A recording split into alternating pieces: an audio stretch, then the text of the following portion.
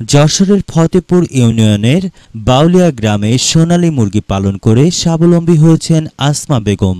জীবনযুদ্ধে তিনি অনেকটাই সফল। সোনালী মুরগি পালন করে আজ তিনি স্বাবলম্বী। বাউলিয়া গ্রামে সোনালী মুরগি পালন করে আর্থিকভাবে স্বাবলম্বী হয়েছেন আসমা বেগম।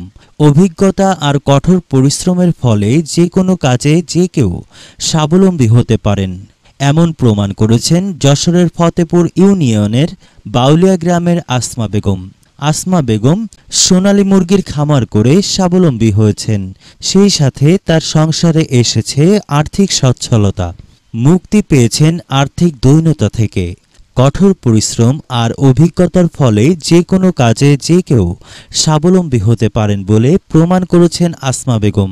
ফতেপুর ইউনিয়নের বাউলিয়া গ্রামের আসমা বেগম তিনি এখন সফল সোনালী মুরগি খামারি হিসেবে পরিচিত। সুখের আশায় বাড়ির সবাই এ খামারে পরিশ্রম করে চলেছেন।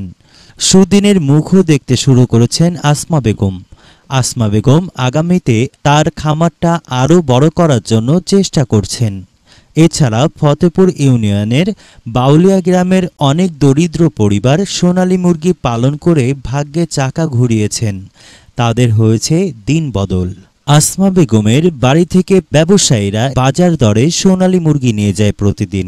আসমা বেগম জানান, প্রায় 2 বছর ধরে সোনালী মুরগি পালন করে ফিরিয়ে এনেছেন সংসারের সচ্ছলতা। প্রতিদিন সোনালী মুরগি বিক্রি করে খাদ্য সংগ্রহ ও চিকিৎসা খাতে ব্যয় করেন, আর বাকি টাকা সংসারে লাগান।